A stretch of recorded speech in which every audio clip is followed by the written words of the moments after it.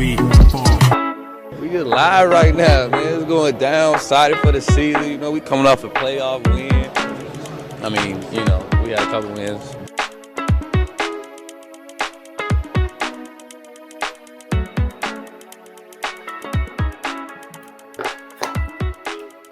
Hello and welcome to episode 220 of Dear Diaries, a Milwaukee Bucks podcast presented to you by us, the staff at Brew Hoop. I am Kyle Carr. I am back, and I'm excited to talk about this week of Bucks basketball, which I would say overall was a positive. We learned a lot of new things, and it was, I would say, other than some questionable guys in black and white striped shirts, feel like everyone feels good about it. But I am going to have the two usual co-hosts. So I have Jackson on right now. Jackson, how's it going? I'm doing all right. Yeah, I was at all three games this week.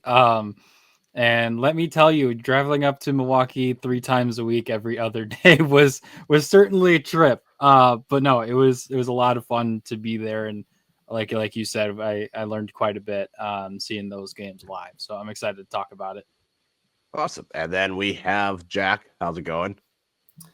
Good, Kyle. Hello, Kyle. Hello, Jackson. Yeah, I mean, on balance, pretty solid week. I think, Jackson, when we spoke last week, we collectively predicted a 2-1 week, and I don't think any of us predicted that the one loss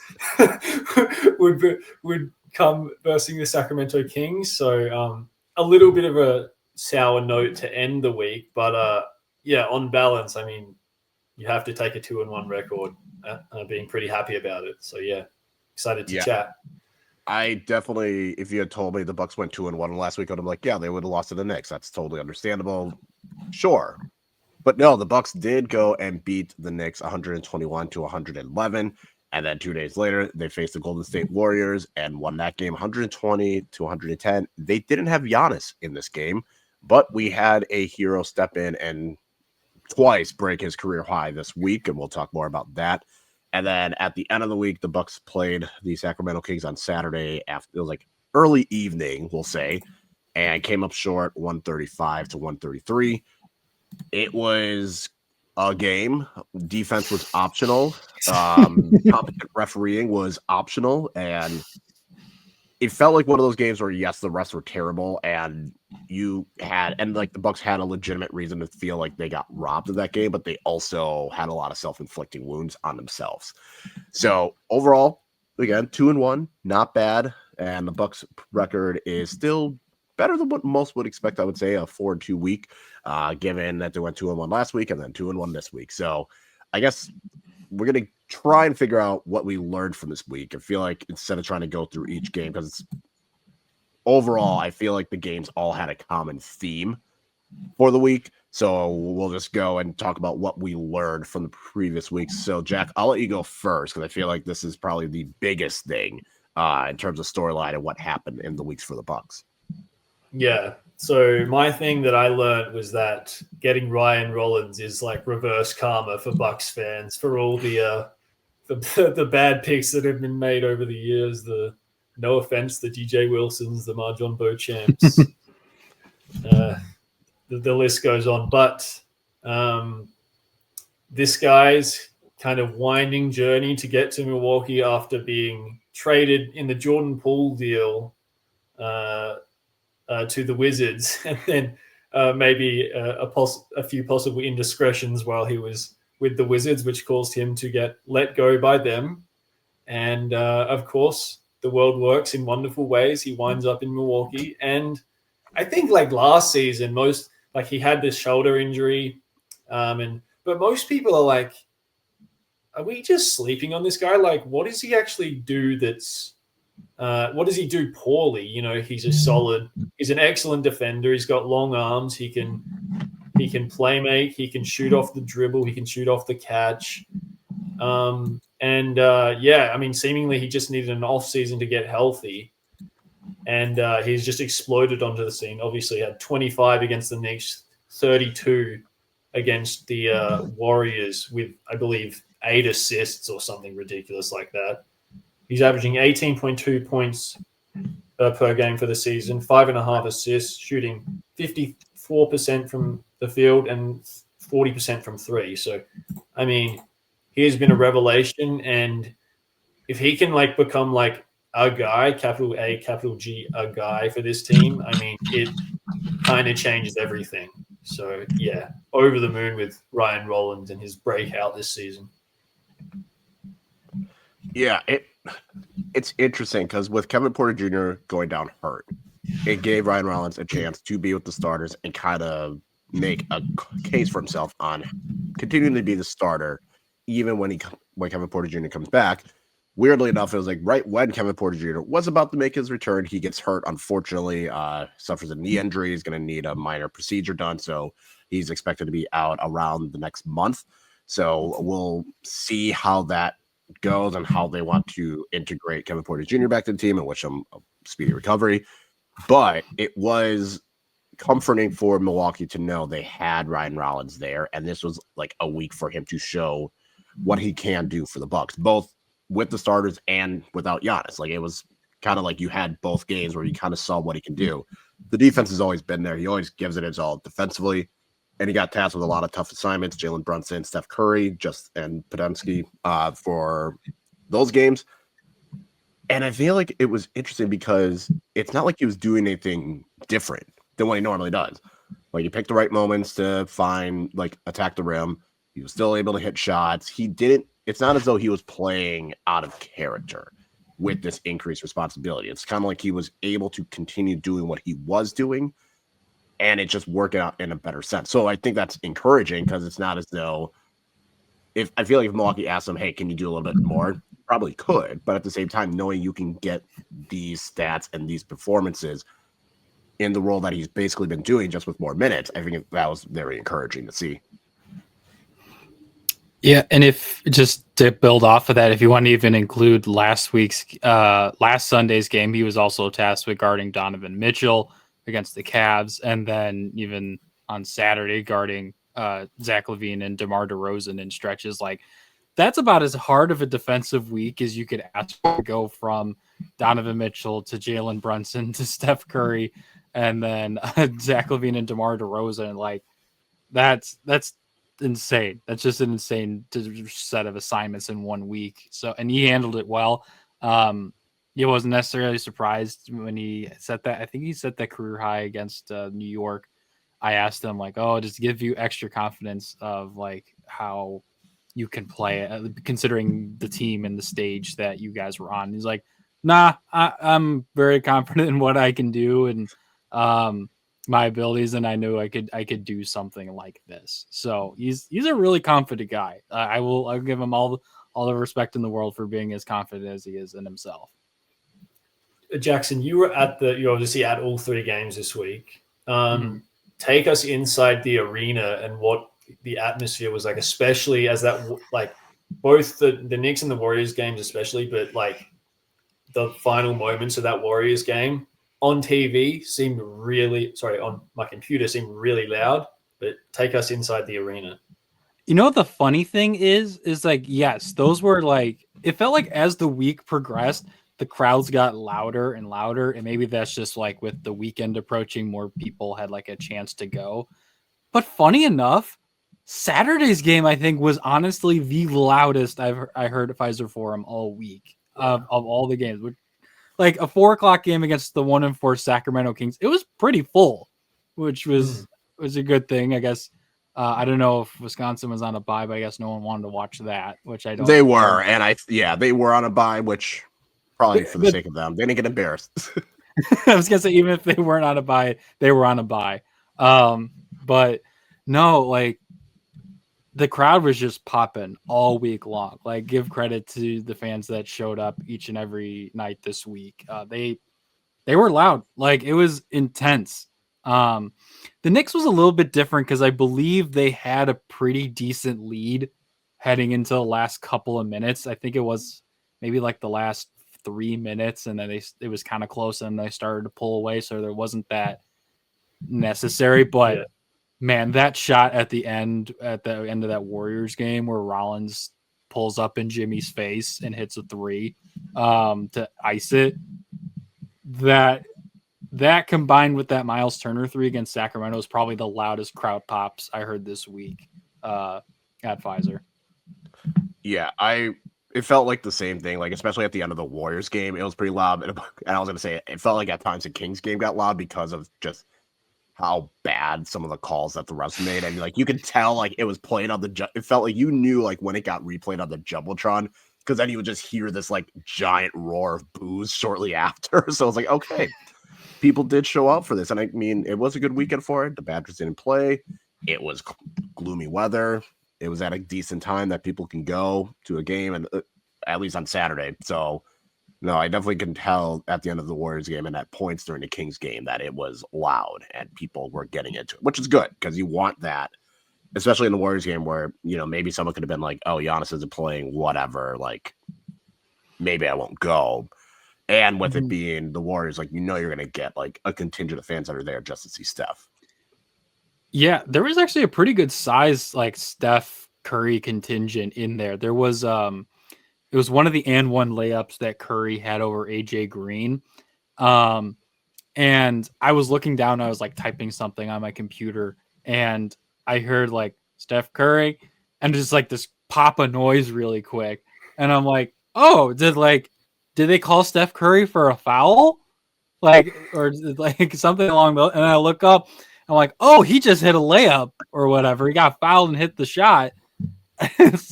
There's a lot of Curry / Warrior fans in there. So that one was really surprising. Yeah. Jackson, you touched on it, but just before we move on here, like you touched on what Rollins said in the post-game presser and his confidence in himself. Like that was what floored me the most. Like I'm watching this guy who's barely played like a real season in the NBA. Like this is really like his rookie year, if you want to think about it. Like maybe like sophomore year just. But he is like walking down Steph Curry, Jimmy Butler, Draymond Green, and he's like that. They were getting physical with him towards the end, as a lot of people noted. Like they were like letting him know, like, man, you're a young guy in this league, and we're going to push you around. And God, like some of those shots, like I'm watching like who is going to score for this team? It's just Ryan Rollins just puts his cape on and just brings the team home. It was just amazing to watch someone with that little confidence, but that little experience, but with that much confidence, just take over in the end. Yeah, it was really impressive to watch. Like he's just, and now he has the stuff to back it up. Like I'm sure somewhere in the back of his mind, he's like, he still had to like prove he could do this kind of thing. He'd never scored 30 in a game. His career high before the Knicks game was 22 or 23 points. So like doing it this consistently, and even on Saturday, he still put up 16 points and a bunch of assists. So I'm sure somewhere in the back of his brain, he's like, this was a good week to be able to show what I can do.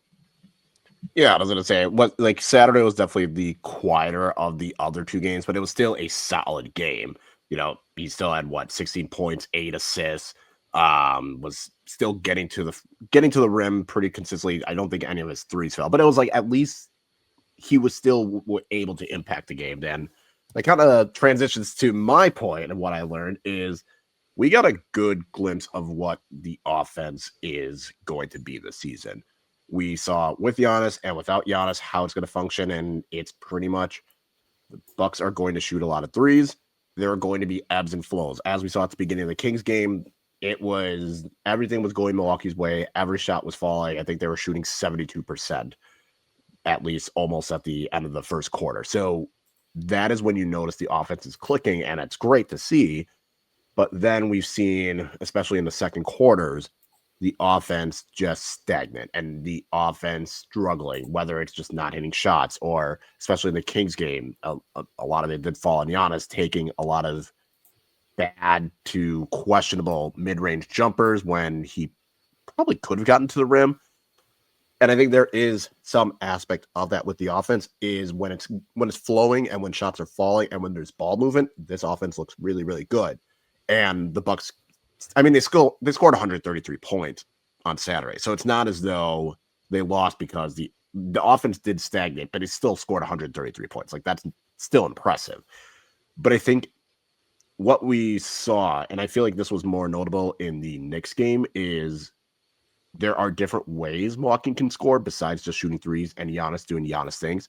Like we've seen Gary Trent Jr. and Ryan Rollins be able to get in a pick and roll and kind of dribble in to get a good open mid-range shot. We've seen that countless times. We've seen Cole Anthony be able to find players with the passing that is needed. So I feel like what we saw, especially in that Kings game, is more what to expect from the Bucks offense, but there are going to be points where it does stagnate. And I think come playoff time, that's going to be a bigger issue, but out of an 82 game season, it should be fine. But I'm wondering if they're going to tweak anything, or if there's going to be any changes. Or, I mean, they got a good Kyle Kuzma offensive game on Saturday. Are you guaranteed to get that? Probably not. But at the inverse, it's like Miles Turner struggled offensively for a good chunk of this week, but he shot the ball well on Saturday. And Bobby obviously is going to have moments where he's going to take shots that make you want to bang your head in. And AJ Green, had so many good looks that you can't be mad that he missed it because it was wide open. But when you're that reliant on threes, it really does make me wonder, like, is there going to be like a plan C besides shoot threes? Giannis does cool things. Yeah, we saw in you spoke about the kind of lulls that can go on sometimes with Giannis when he does kind of settle for those mid-range shots. I believe he went, Jackson, you put it in your game recap that he went 2 for 6 on mid-range jumpers against the Kings yesterday. And by the way, I would like to retire the big screen Giannis dribbles up into a mid-range shot, no offense possessions. Like, can we just chuck that in the blender and never do it again? Like, I hate those possessions so much. There are so many, and it's, again, it's not that Giannis can't hit those shots. I mean, we all know he shot decently efficiently, but it's just he shot efficiently last season at least. But it's just that I believe on the totem pole of options that we have in this offense to get good looks, it's near the bottom. At the very least, make it a small big pick and roll and have AJ Green or Gary Trent involved in the action, and then they're not going to want to switch, and then you can get some rotations happening around that. But then to your other point, Kyle, we also had 8 guys in double figures against the Warriors when Giannis was out. And this is you have no option but to move and pass the ball because these guys aren't really ISO players too much. I mean, save for maybe Ryan Rollins, he's really the only ISO player that they have kind of bar Giannis. But in that game, they just kind of, they hit the pressure points. They caused rotations, and they caused open shots, and guys just shot it with confidence. And that is one area. If this team can get open shots, I trust the shooters on this team to knock down shots at a high rate. And I think it's a push and pull. I always say, I mean, we said for years, they look good when they move the ball. When the ball doesn't move, they look pretty average. I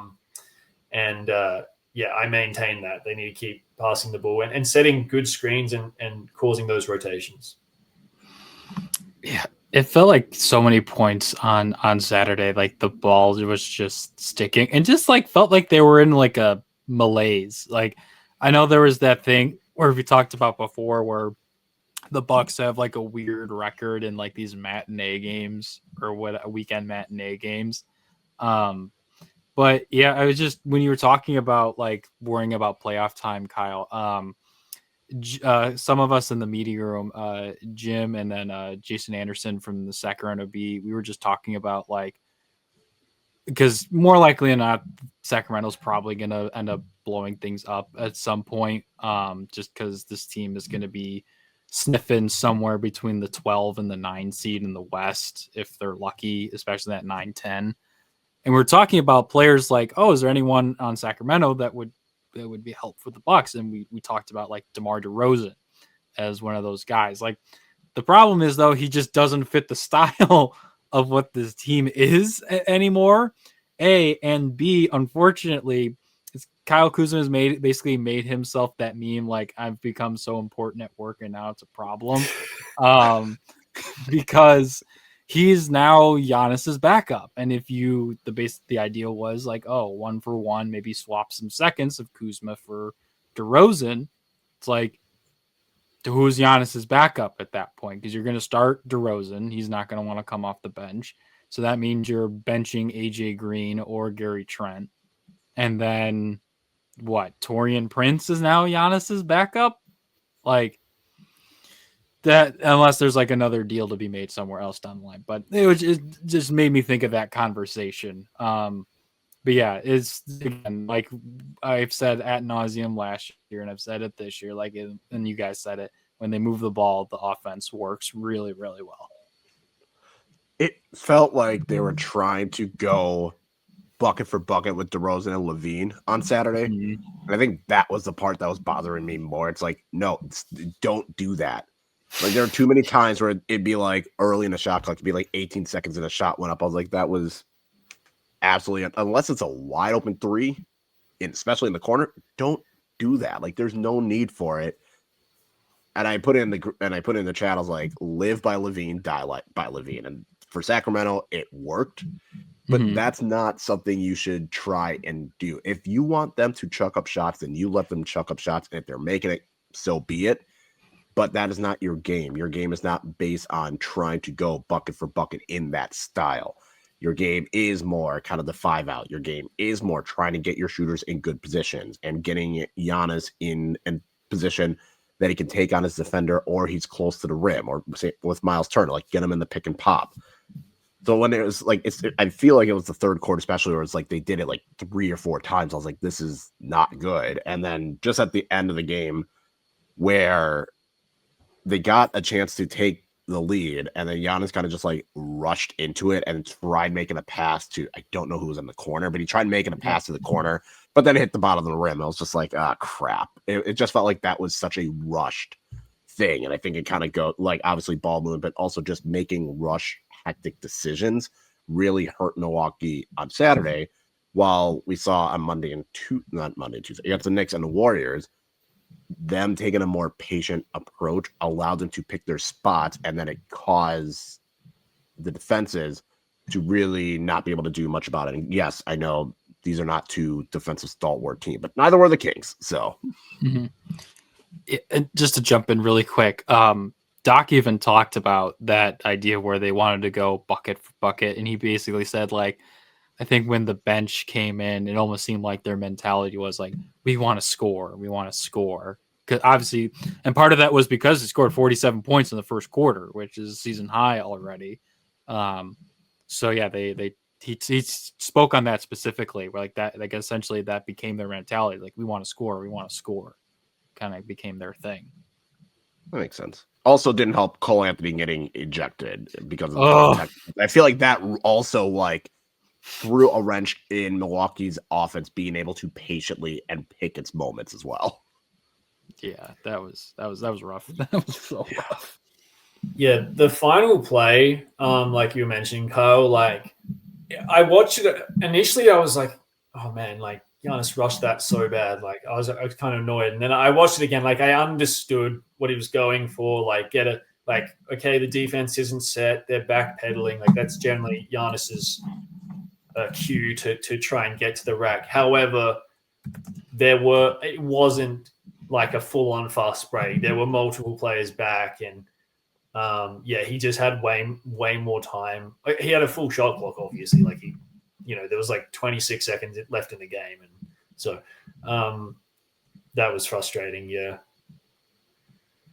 I mean, and like it was like, I understand you want to attack a defense that's not set, but you also, and this is where I was like, should Doc Rivers have called a timeout? Where it kind of be like, it kind of goes a chicken and an egg. Like, do you call a timeout so that you can get yourself together and say, okay, this is what we're going to run? Or do you trust that, okay, Giannis is going to make the right decision, or they're going to get the bucket that they need? So it did kind of feel like it was a damned if you do, damned if you don't. But I don't know. It is what it is. Again, that was such a weird game, that Kings game. Even rewatching it today, I was like, what the hell? Honestly, I sped through. Like I watched probably like the first quarter and a half, and then because I was on editorial, I just sped towards the end. But you guys got to. Do we want to spend a minute on some of the reffing in that game, the ref decisions? Because like I know that I think they came out with the last 2 minute report, and there were a lot of calls that went beyond the last 2 minutes. Like Westbrook had a blatantly obvious goaltend there that the refs like they're all staring at it. Like the ball is clearly over the rim, and I guess they just didn't call it. And yeah. I will say, and Doc and Jax, I didn't know you put this in your recap where Doc said the refs are not why we lost that game. And I do agree, like in the end, it wasn't the refs, but there were multiple instances where I don't know what the ref was thinking. Like Westbrook had a foul on Giannis where he had his arms around Giannis's neck. Oh, yes. And that was not a flagrant or nothing like that. I feel like that was like the most egregious at that point, but between like I think Ryan Rollins got called for a foul because he got his hand up on DeRozan, and yet it didn't look like he made contact with DeRozan, but the rest thought he did. It was just like there were multiple instances where calls were just it didn't make sense, but I'll let Jackson go through the last two because I think you were the one, and also were able to find Jim's quote when he tried asking the referees, but it wasn't a ref's fault, but they didn't do a good job. Yeah. So here we'll start with the pool report, and then we'll get to the last 2 minute report. So here we'll just go through a couple of things. So on that play with Westbrook around Giannis's neck, they initially were reviewing it for a player altercation, but what it allows them to do as well is to see if there was a flagrant foul as well. So they were reviewing for a player altercation and a flagrant foul on that. Okay. And here's what crew chief Mitchell Irvin said. This is after he said like why it was reviewable. During the review, there was no windup, impact, or follow through by Westbrook, and the contact by Westbrook was at shoulder level. Therefore, a common foul was ruled on the play. AKA basically, because I guess when he grabbed Giannis, his chest was at his Giannis's right shoulder, I guess, and his arm just happened to be like around his neck on the other side, I guess is so just so happened. Yeah, I watched the replay and like, you know, like it's a whole nother thing. Like if Giannis did that to a guard, that same action where they wrap him up that intensely, like it's like LeBron's hand had this done to him for his whole career. Like it's different stakes for different people based on how big you are and whatever. Yeah. Now I thought the initial part of that action was like all fair and whatnot. Like Westbrook does wrap him up. I believe it was with his right arm. Yeah. But his left arm is around his neck. Like it's not at shoulder level, like it's at neck. And I do agree that there's no wind up and stuff, but like he is grabbing him like right around the left side of his neck. And I'm just like, I feel like that warrants more than a normal foul. And so, yeah, I do agree that there's no wind up, and I get what he was trying to do, but I'm not sure it was at shoulder level. He also could have let go. Yes. Yeah. Like, I think that for me was like the bigger issue is like he has his arm around his neck. He's not letting go. Like the foul's been called. Like he did not let go the whole time. And Giannis is just like, I don't know what you want me to do. Like I am trying to slow down. I'm basically holding this basketball. I have an arm around my neck. I got another dude swiping at my wrist. What do you want me to do? Yeah, it was bad. Here's the one on this is the most hilarious technical foul that was called throughout this entire game. Oh, That's yeah. on Gary Trent, because I didn't see exactly what happened. I just saw Gary on the floor because I knew he got fouled by DeRozan. So here's what they said. Here's the question from Jim. Please clarify why Milwaukee's Gary Trent was given a technical foul while being fouled by Sacramento's DeMar DeRozan. Irvin, the technical foul was on Trent Jr. was assessed for unsportsmanlike flail after the personal foul assessed to DeRozan. And I watched the play back, and basically what happens is after he gets, I think his hand like does either it hits DeRozan and he falls down, or like it grazes his head, and DeRozan does a great job of selling it because he was on the ground too. So they basically called a technical on that because he was basically unnaturally flailing and hit someone in the face.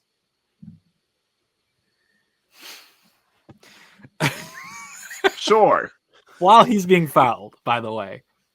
Like getting undercut by DeRozan. That's the mitigating part of it. I watched it and I watched it again, and I'm like, okay, he does get hit in the face, but the mitigating part of it is that why did he? I'm sure him getting pushed in the back has something to do. And trust me, ask me and Morgan. Like Gary at the rim does have some funny I don't know what to call it. Like he's got limbs going all over the place, and he's probably going to end up on the floor, but that was certainly an interesting play. All right, and then to the play that everyone's talking about, and then here I'll have the last 2-minute report and the pool report. Here's the question about the Giannis play. It appeared before AJ Green shot the last free throw that Westbrook grabbed Giannis, and then both players were inside the 3-point line. Why was no whistle blown or replayed? Irvin. During that play, the officials observed Westbrook and Antetokounmpo engaged at the top of the key simultaneous to the free throw attempt by AJ Green during that action. No violation, personal foul, or illegal contact was observed on the play. So that was considered in the flow of gameplay. There was a lot going on during that play, but during that action, the officiating crew did not observe that part of the play. And then here with the receipts of the last 2-minute report, there should have been a loose ball foul on Westbrook with 1.1 seconds left. There's a comment. Westbrook holds Antetokounmpo's arm, which affects his ability to pursue the rebound on the perimeter. And then here's the other part. There was also a lane violation on Westbrook. Westbrook and Antetokounmpo both step over the plane of the 3-point line and remain over prior to the release of Green's free throw attempt. Oh, it would have been a double lane violation, should have occurred and resulted in a jump ball at the center circle. That would have been great if we could have gotten that. Because then we would have been down. It would have been Giannis versus Westbrook. With about 1 second left. Oh, so okay. Which would maybe not, but yeah. it could have just been like a quick tip out to like an AJ Green 3 or something. Or regardless, Giannis should have had 2 free throws from that. Well, yeah, I was going to say if they call the foul, it's kind of a double-edged sword. It's like, okay, if you call the foul, great, but the problem is what leads up to it should have been a double A violation. So it's like not only did you miss the double A violation, but then it's just I saw a video of it, and it is like I don't know how they missed it. Like Giannis runs to the rim and he gets full on 360 by Westbrook grabbing his wrist, and I was just like shocked that they didn't see it. Anyway, really annoying. And then you could even had an argument. It was close, but maybe it was best that it was not called. There's an argument that Levine should have been called for a foul swiping at the ball when Giannis did get the rebound after basically getting Oklahoma drilled by Westbrook. Like it was close. I will say that strip looked. Levine's strip looked mostly clean to me. Yeah, I did not have as much of a grievance with that. Yeah, that was just the last play I saw. Like, because on the Jumbotron, that's the last part they showed. They didn't. And then even like, I was looking at it on the video and I was talking with some of the other reporters in the locker room, and you could just see, like, even from the backboard cam, Giannis is like spun around, like he's completely facing the other way before he goes to get the rebound. I'm like, what are we doing? All right. That was so. So outside of the fact, Yeah. Outside of that, Jackson, you want to go give me what you learned this past week? Yeah, because outside of learning that some officials are gonna need to go see a LASIK doctor, get some LASIK eye surgery, get that Jameis Winston treatment. The thing I learned is that overall it was a positive week, but there are some concerns with this Bucs defense. This is mostly coming from that game on Saturday. It's just they really struggled guarding DeRozan and Levine on the perimeter. I mean, I saw people calling out Bobby Portis for trying to defend Domantas Sabonis in bits. I was like, it's Bobby Portis versus like a 2 or 3 time All-Star. Like, what do you want him to do? Now his defense That's on you. If you Eubanks, expect anything to go well, that's on you. yeah, it's like his Lower your defense. expectations. Yeah, I was gonna say his defense on Drew Eubanks. That's a different story. But outside of that, outside of just throwing Bobby under the bus, their perimeter defense was really, really bad. Like there were so many times I remember specifically, Levine would like pump fake a 3, and you would just see someone jumping by to contest, and I'm like, why is it like when I was playing basketball in middle school and high school, I'm taught do not jump out to a shooter. Chop your feet and contest the shot, or at least like run, chop your feet and then contest, or like jump when he's shooting. They were just flying. I remember one. I think Gary Trent was flying by Levine and he just pumped, took a side to the dribble and then nails the 3. Like that was so frustrating. And I am concerned, like in a playoff type setting, if they go up against a team that is very ISO heavy, that they're just going to get picked apart because there's going to be teams that run ISO ball that have better perimeter shooters than Sacramento outside of Levine. Like, I think Levine was like the first one to take a 3 for them and make it. Like, it was a long time before they took a lot of 3s. So that I do have some concerns, and I think things will turn around on that. Maybe this is just a one-off, but that is something to monitor. I thought we were done with these flyby and 3s when Pat Connaughton got traded. That's a good one. I don't know how it came back. I mean, I was like, it did happen. I feel Gary Trent Jr. was the worst offender, but I know Ryan Rollins had like 1 or 2. Yes. I think Cole Anthony had 1. Oh, 100%. But it was just like, yeah, stop doing that. And I get it. It's Zach LaVine. He's probably going to shoot it. Fair assumption. But as Jackson said, yes, you are taught in middle school, you do not jump. You go out, you close out, you have a hand up, and you chop your feet. That way, if he does shoot, you at least got a hand in his face. If he doesn't, you're not exposed. That's something you should learn. And the fact that it's not even just like you're jumping and flying by them.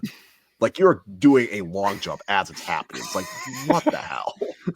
So that wasn't great. But I think in general, with this week, obviously, you had 3 teams that do rely on their perimeter guards to create their offense. Between the Knicks with Jalen Brunson, you have Steph Curry, and then you have Zach LaVine and basically DeMar DeRozan. It's more like a guard. But how they play does expose a lot of those issues for the Bucks. And that is something that I do wonder. But at the same time, especially in the Kings game, the rebounding as well was awful.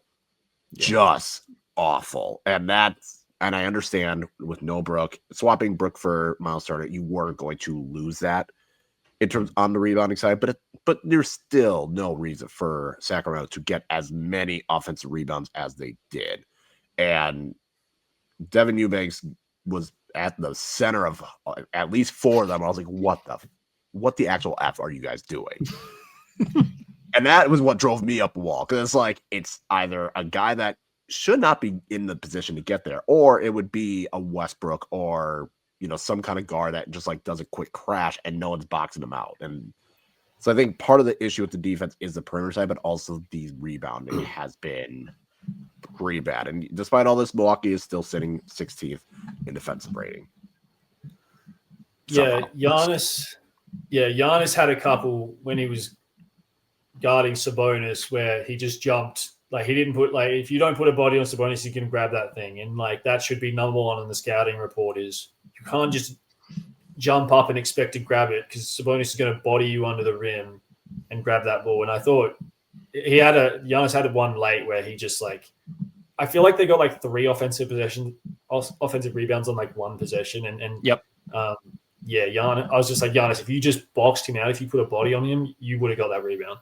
As far as the defensive concerns, it's really interesting. I was looking at I was low-key kind of worried about this Sacramento game. And the reason is Sacramento, I think they were like really bad on offense coming into this game. I want to say they were like 4th worst or something, but I'd love to check their shooting numbers or whatever, because it feels like they should be a pretty good offensive team. And one of the things that makes their team kind of different from the other 2 games they played this week is they have you look at who scored in this game. DeRozan had 29, Sabonis had 24, but just from the guards' perspective, DeRozan 29, Levine 31, Schroeder 24, and then Russ had 12 and Drew Eubanks had 10. But the point that I'm trying to make is that they have a lot of guards who can pass, dribble, shoot,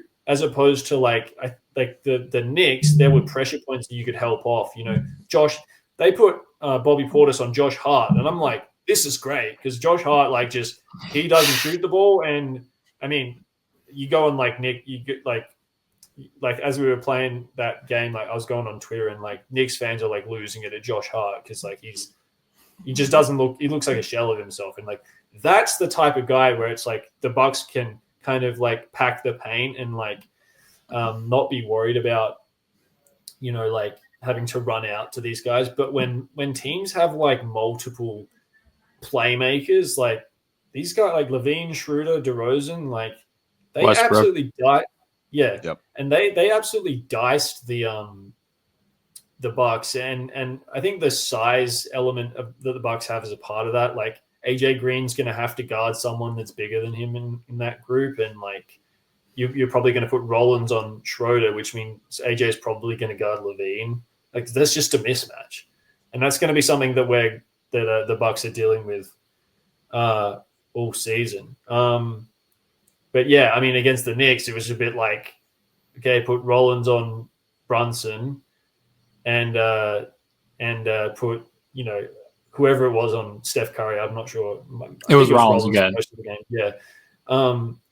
But the Warriors have Moses Moody, and you're not closing out to Jimmy Butler as a shooter, even though he can back players down. But yeah, it just felt in this Kings game, they got anything they wanted. And I think there were definitely some bad mistakes, like you said, schematically, both of you talking about with the closeouts, but also, they're actually quite an interesting team.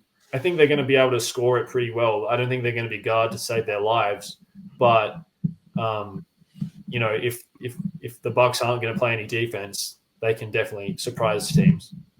Yeah, Milwaukee currently is 19th in the league on defensive rebounding percentage at 67.4, ironically tied with the Sacramento Kings. And then for overall rebounding percentage, I had lost it. But weirdly enough, the Bucks have not allowed as many second chance points, despite their lack of rebounding. They've only allowed 12.5 second chance points a game. Again, much lower than I expected. That's 4th best in the league. So they haven't been getting punished for it, which is good. But at the same time, there is kind of that worry of better teams are going to be able to take advantage of it. And yes, the Bucks defense, I would say, is overall better, and especially in transition. I think that's probably been the area that I've been most impressed with defensively for the Bucks. But it does seem like when they're playing teams that are very perimeter heavy, it's going to be an issue because Sacramento's destroying their zone. They just had to make one extra pass, and that 2-3 zone that they were trying to throw out there would get completely busted. And a team like Sacramento makes sense because you had Schroeder, you had Westbrook, you had Levine all out there, and you still have Sabonis and DeRozan as well as players that can kind of cause issues. So I think things will get a little bit better throughout the season, but at the same time, you're kind of looking at it's like there's definitely concerns. But hey, I will give Kyle Kuzma credit. He has defended his ass off this week. Yes. Like, Especially, we should note against Cat. oh yeah. Oh my god. Like that reminded me of when I went to the Bucks Sixers game last year and Kuzma was on Embiid and was doing a very good job. It felt the same way. It was like, see, why can't you do that all the time, Kyle? Like, if you're not going to score, that's fine, whatever. But you should at least be a better defender given your size. So shout out to Kyle Kuzma. He did a great job defensively. I would say overall this week, in all of his assignments, He's had a good season so far. Yeah. I'm not. He's better than I expected. We'll get there, Kyle. I'm not going to throw out that superlative yet, but he has been better than I expected, and I think Kyle Kuzma's defense has been one of the reasons why I think Milwaukee's defense has been able to get away with as much as it did, especially in that next game. And I feel like if Kuzma was able to be more on Sabonis, I think there would have been more fortunes going Milwaukee's way. But because the perimeter defense was exposed, it didn't really give him that chance. Here's the other thing. So the Bucks were getting absolutely diced on defense. They could not get a stop all game long, right? Miles Turner, 23 minutes. Bobby Portis, 23 minutes. Like, what's going on there? Can we get Miles up to 30 and get Bobby down to 20? And then also, there is an excellent on-ball defender that kind of changed the season on this team that they happened to re-sign, but still have not given a shot. Andre Jackson. The Bucks were not struggling to score. Can they stick Andre Jackson in the short corner at the dunker spot and survive on offense? Because they needed, this is my whole thing. Like, if they're gonna sign Andre Jackson for another season, like, what is the plan there? And what is the situation where you want him to play? And I feel like this is like the textbook situation where can we get him some minutes and see if he changes the game? Because you recall that Brooklyn game where I believe they won at Brooklyn last season, and it was a really exhilarating game, and Bobby played some great defense down the end. But the guy who changed that game and finished that game was Andre Jackson. And he had a couple games like that last season. And so I don't know, is there any plan for this guy? Because I feel like he should have maybe played to change the pace of the game yesterday. I definitely feel like he should have been out there Saturday. When you're just leaking defense, at least throwing Andre Jackson Jr. Worst case scenario, he's going to rack up a bunch of fouls, which is fine because then he can at least throw Sacramento off of a rhythm and flow. And that's fine. Best case scenario, he is your ace in the hole. So I feel like instead of giving Gary Harris these spot minutes every once in a while, Amir Coffey's doing fine. I don't have any issue with Amir Coffey playing, but I do feel as though instead of having Taurean Prince, and it's clear if it's not working for Taurean Prince, or if you're going to throw Gary Harris, then just give Andre Jackson Jr. a chance as well. Because you're not going to, Taurean Prince, at least maybe you'll get something offensively, but you're not getting it with Gary Harris. So you may as well just give it to someone that you brought back. You wanted to bring back. You made the active choice to keep him over Tyler Smith. So then just give him that chance to, again, break glass in case of emergency on defense. You're able to muck things up, and that's perfectly fine. Yeah, I think that's the whole idea with a guy you keep, because he's shown so much defensive tape. Everyone goes back to the NBA Cup where he shut down Shea. He was playing some really good balls. And maybe that's more of an indictment on Tyler Smith that they go to keep Andre Jackson over him. Just as the other playing devil's advocate with that. But no, I agree. The whole point, if you having a defensive stopper, is you actually use him. Gary Harris didn't even play against Sacramento, and they only played him 4 minutes against the Warriors because they didn't have Giannis. So, and for that random commenter who wanted me to add Gary Harris into my recap, there you go. I'm talking about Gary Harris. You're welcome. But yeah, the whole point of having a guy like Andre is like you just need, and I'm not saying you play him in the clutch next to Gary and Rollins and Giannis, and throughout especially the game. Yeah, just like especially in that third quarter. I feel like the third quarter was that one big one where they were just going back and forth all the time. Just throw them out there for like 3.5, 4.5 minutes and see what you get. If it doesn't work, oh well. At least you tried something different. And I will say though that Doc did like praise Coffee as probably like their best defender on DeRozan. So I was like, if you feel that way, maybe play him more than 14 minutes. Like I understand that late in the game, like Kuzma's on a heater, scores 16 straight for you in the fourth. But maybe throw Coffee out there if he thinks you're your best defender against a guy that's killing you. Yeah, I mean, like you said, in the third quarter, you could have given Andre Jackson Jr. like those 3 or 4 minutes. Yeah, don't play him in the clutch. No. That's a bad idea. If you're chasing the game, do not play him. But it's again just stopping the bleeding, and that I felt like would have helped. And it kind of felt the same way at the Knicks game, where it's like your defense is getting absolutely gashed. And I mean, that was more you had Miles Turner and Giannis just sitting on the bench for like half the quarter. Oh my god! But again, it feels as though this is all avoided if you know the other team's in a rhythm. Throw someone out there to just at least slow things down, at least throw them off that rhythm as best you can. And if Andre Jackson Jr. gets 4 or 5 fouls in 4 minutes, so be it. Yeah, that's fine. That's the exact reason why you put him out there. Yeah. No, I've got nothing more to add. I mean, you just triggered me with that comment about the rotations. Like, it's basically like Giannis and Miles play the first kind of like 7 minutes, and then it feels like they sit for like a good stretch there, and then they finish the half, and it's like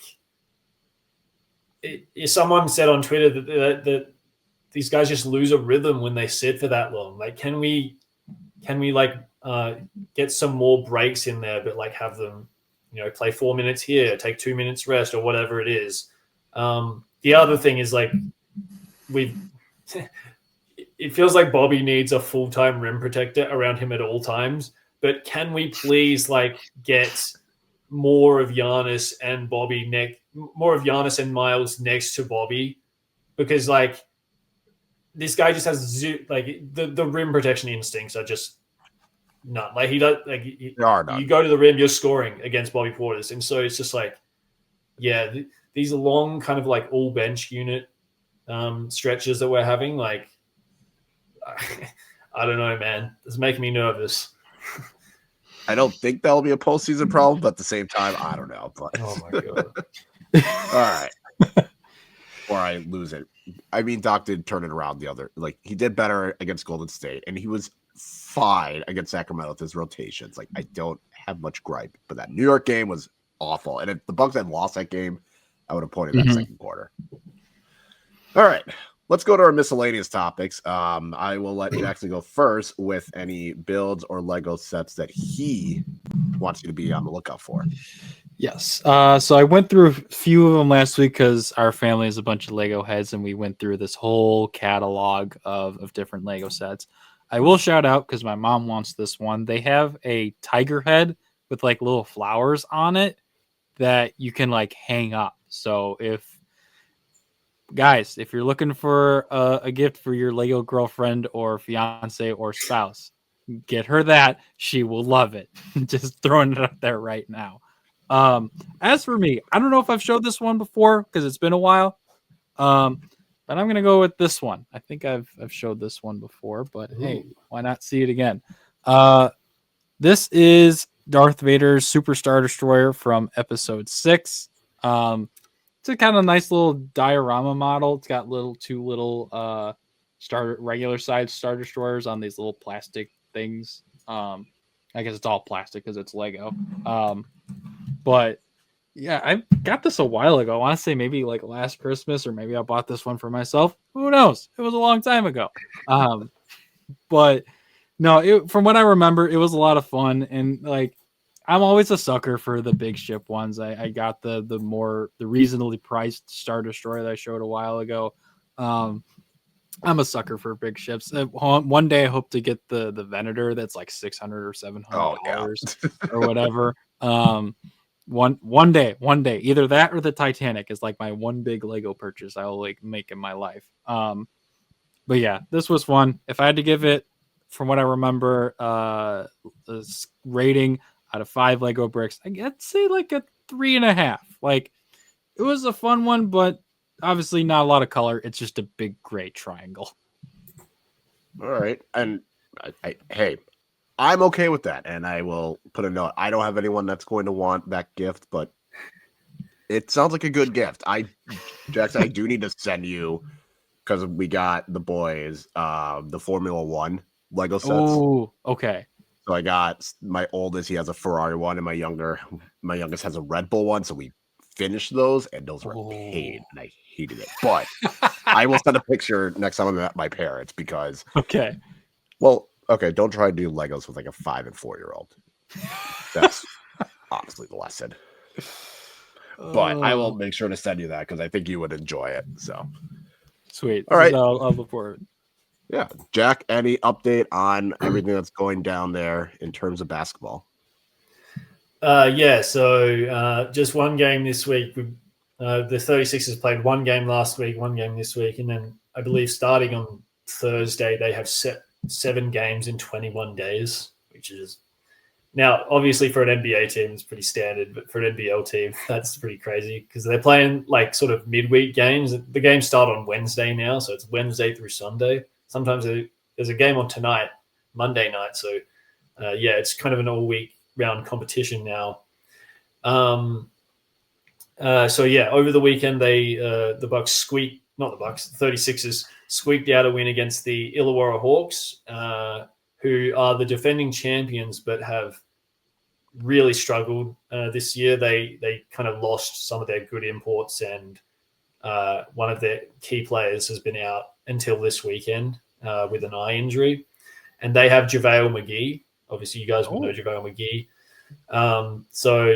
Interesting. It was an interesting game because none of the Adelaide bigs wanted to shoot at the rim. So the way the offense works is Bryce Cotton, as we spoke about last week, Jackson. Bryce Cotton kind of attracts all the attention, and then it's kind of like playing the Warriors. Zylan Cheatham gets it in the short roll, but then everyone was so scared to shoot around the rim with McGee there. So the offense was just really clunky in the first half, and then they kind of got going a bit in the second half. And the Hawks had 2 shots to tie it at the end, and the guy missed the first and then had to deliberately miss the second, and we got the rebound and won the game. So, yeah, not kind of got out of jail a bit there, but we take it. We take the win, and 6-2 on the season now. So, yeah. I was going to say, a win is a win. That is what matters at the end. And I'm trying to remember, is Delhi still playing? Was he on Illawarra? Or was he on? He was on Melbourne.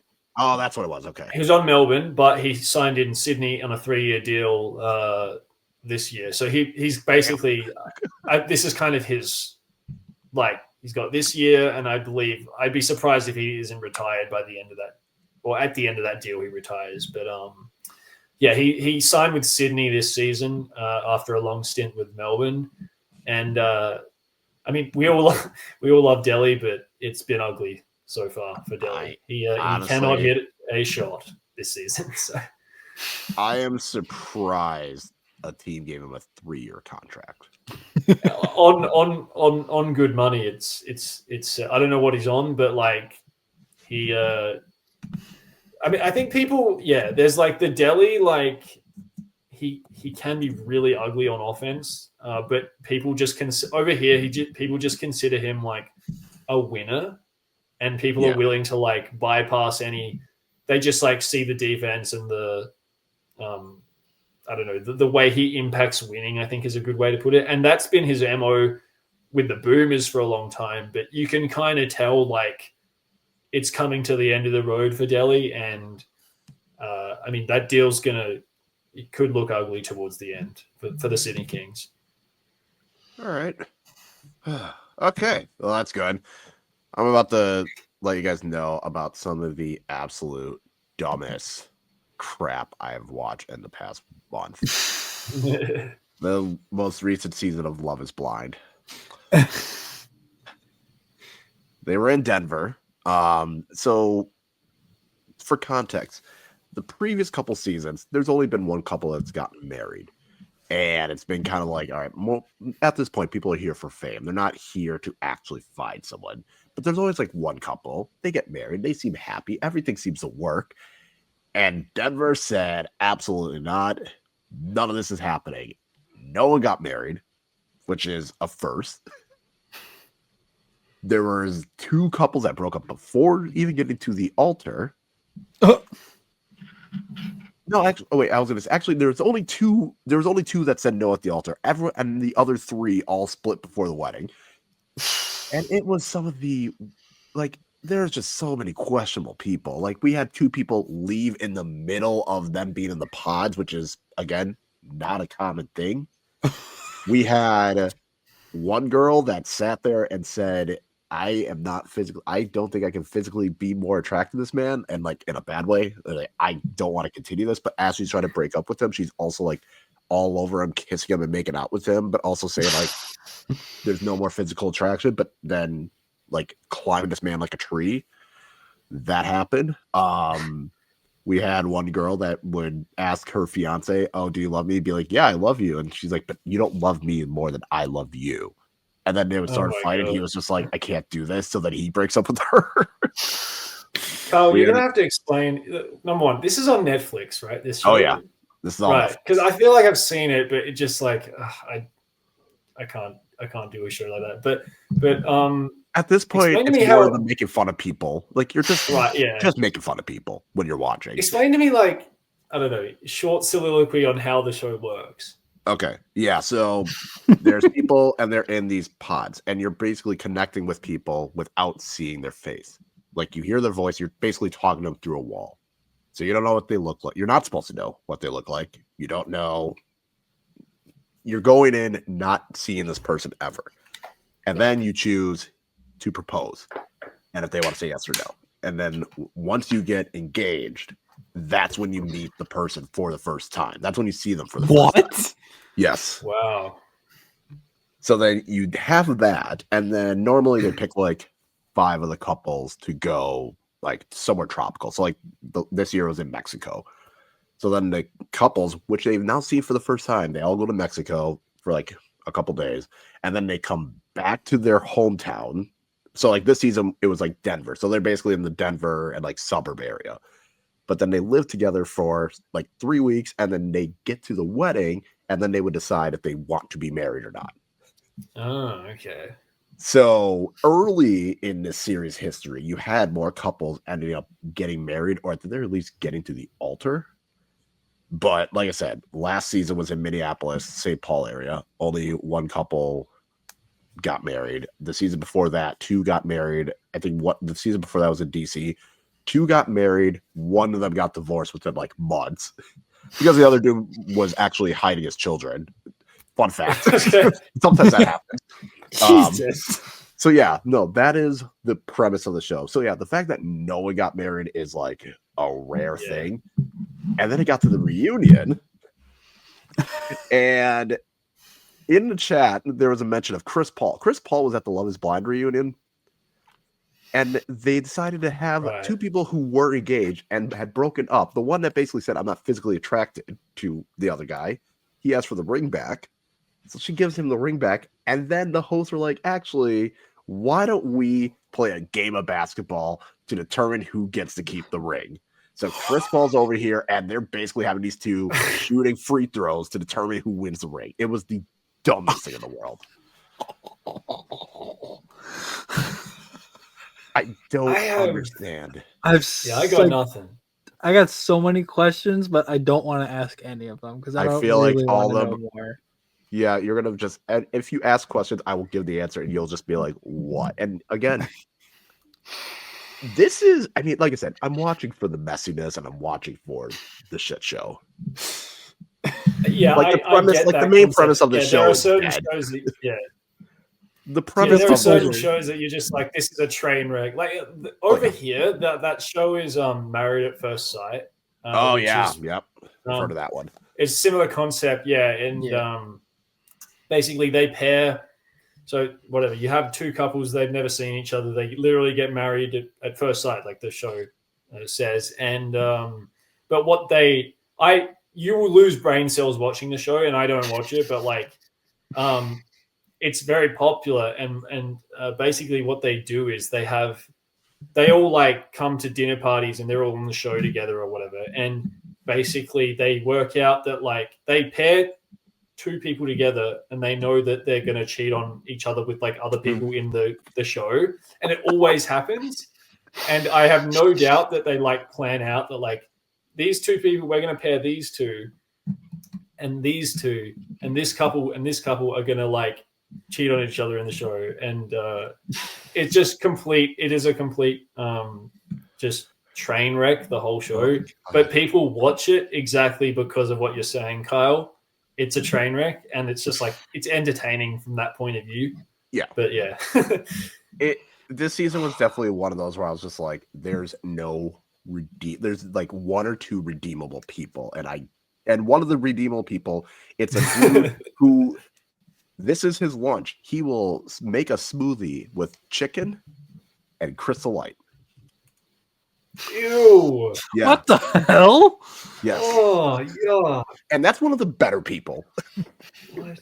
Got some Will Levis putting Will Levis putting some mayo in his coffee type shit. Honestly, like, I feel like that's slightly. I mean, that's still disgusting, but no, you can't talk me into that one or this movie. So yeah, that was the season of Love Is Blind. Like I said, if you want to just waste brain cells and make fun of people, this was a great season for that. But every time my fiance and I will sit here and we're like, why did we watch this reunion? The reunion was a waste of time. Why is Chris Paul here shooting hoops? Then again, this is the closest Chris Paul has gotten to touching a ring, so be it. damn. Oh. Okay. Okay. We're gonna move on to the predictions. This week there are 4 games before we will likely record next. So the Bucks will go on the road. They will face the Indiana Pacers. That is going to be interesting. Miles Turner's first time playing at Indy since the move. I'm sure he will get a warm reception. Then the Bucks will continue on the road and face the Toronto Raptors again. Toronto's not in a good place, so who knows what state they'll be in. And then they come back, and it'll be the start of the NBA Cup title defense, where they play the Chicago Bulls. And then on Sunday, they will end the week with a game against the Houston Rockets in the afternoon, 2:30 p.m. Central. So another matinee weekend game. So I'm going to see what the week will turn. I'm going to say 3-1. I think they get the upper hand on the Pacers. They get the Raptors and the Bulls, and then fall short to the Rockets. I'm gonna also say 3-1, but I'm gonna say they take care of business against the Pacers and the Bulls, and I think they beat the Rockets because they're such a weird up and down team. I feel like that Raptors game could be like another one, like Sacramento Kings Part 2, just because with their length and that game, even with like, yes, Kuzma did go down with that ankle injury. Like that was basically a fully healthy Bucks team minus KPJ, and it was a dogfight throughout that entire game. It was like Cole Anthony having to come in and save the day to support Giannis. So I feel like that's a weird one where they could drop that. But yeah, the Rockets are such a weird team right now. Honestly, I don't even know where they're at. Like I'm assuming they're right around 500 and not like a game or two over 500. So they're just like kind of a weird team right now. And that happens when you lose your starting point guard. Yeah, they are 3-2 as of tonight. I don't know if they played tonight or not, but yeah, they're 3-2. I don't know if I should expect them to be better or not, and that's the part where it's weird because they also have won like 3. They started 0-2 and then won 3 straight, so it's kind of like, are they just figuring it out, or I don't know? But I feel like it's an afternoon weekend game for the Bucks, which is always why I'm like, I don't know. Like their wins are like so unimpressive. Like they beat the Celtics by 27. You beat the Raptors by 18. You beat the Nets by almost 30. And then you lose to the Pistons by 4 and the Thunder by 1 on opening night in double overtime. So until they actually beat a real team, because they play the Mavericks next, like I am not fully on board with the Rockets, even with Katie and Şengün. Yeah, man, I am tempted to press the 4-0 button here. I really am. Yeah. Okay, number one, please, Bucks. Like when the Sydney Kings, when Kendrick Davis returned to Adelaide, the coach called it a military operation. This is a military operation. Get the win at Indianapolis. I can't deal with their fans if we lose that game. Like, please get the win there. The Raptors one. It is on a back-to-back. That's on a back-to-back as well, which is which Giannis, does he play in the back-to-back? Nervous. Bulls, they had their first loss tonight against the Knicks by quite a bit, I believe. 12 points, but they were down somewhere near in the 20s in the second. Right, yeah. I feel like I remember it being, yeah. So, and then the Rockets, like you said, I'm not convinced. Rockets are another team where they have pressure points. You know, Amen Thompson, you can help off him.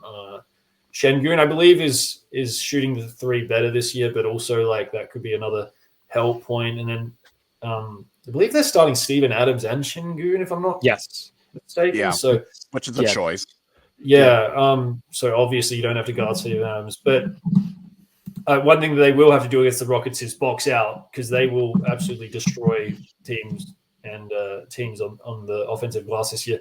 Okay, I'm going to go 3-1, but I reckon I'm going to go with Jackson. I reckon they might drop the Raptors game just because it's got a vibe to it. But yeah, you could be 4-0, but let's go 3-1 for me. All right. Yeah, I was going to say, like, I understand the Raptors one because it could be like, F it, we just played this game, military operation, get in and get out, and we're beat up. As long as they win on Monday against the Pacers, that's it. I don't care about beat the Pacers. Just win that one. Yes. Please beat the Pacers. Like also, it'd be nice to win against the Bulls too, but the Pacers one you gotta win. We gotta defend the cup. So I was actually just curious. The Rockets they're not starting Steven Adams anymore. They started Josh Okogie as their 2. So it's are they starting Thompson, Jabari Okogie. at the 3? Sorry, so it'd be Okogie at the 3, Jabari at the 4, Şengün at the 5, I believe. Well, it's Thompson, Okogie, Durant, Jabari, Şengün. Oh my god! Okay, that's a big lineup. I don't hate it though. It's better than having Steven Adams in that lineup. I mean, Jabari and Şengün are kind of more or less play the same position. They're both 4 men, but they can both shoot it, obviously. And Kevin Durant can play any position anywhere, so it doesn't really matter. But yeah. All right. Well, that is it for this episode. Make sure to like and subscribe on whatever podcast app you listen to. Make sure to watch us on YouTube as well, and to follow us on brewhoop.com for game previews and recaps. We'll probably also start having original content coming through the pipeline. And if you want, please share it with your friends. We always love getting reviews, but don't also nitpick about Gary Harris' 2 minutes of play time and commenting on why that wasn't mentioned.